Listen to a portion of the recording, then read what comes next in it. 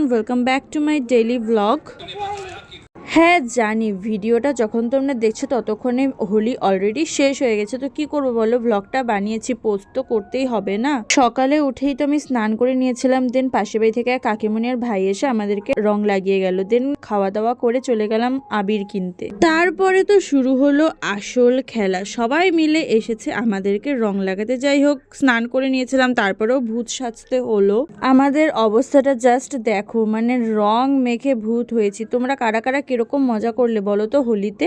Happy Holi, happy Holi, happy Holi.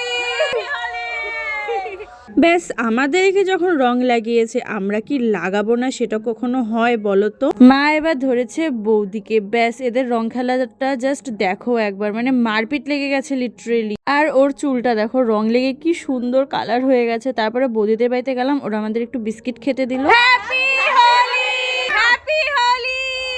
দেন বাড়িতে এসে স্নান করে নিলাম। আর আজকে তো হোলি স্পেশাল লাঞ্চ হলো মাটন বিরিয়ানি, জাস্ট দারুণ হয়েছিল খেতে। দেন লাঞ্চ করে দাদা বললো চল একটু আইসক্রিম খেয়ে আসি। তারপরে আমি, ভাই আর দাদা গেলাম আইসক্রিম আনতে সবার জন্য। আইসক্রিম খেয়ে আমরা সবাই একটু রেস্ট করছিলাম। রেস্ট করে মা একটু তরমুজ কেটেছিল, তো সেটাই খেয়ে নিলাম। তারপরে বৌদি দিকে চা বানিয়ে আনলো। আর রাতে সেই একটু লেফট ওভার বিরিয়ানি খেয়ে ডিনারটা কমপ্লিট করলাম। তো এই ভিডিও চলে এতটুকুই, দেখা হচ্ছে নেক্সট ভিডিওতে, টাটা।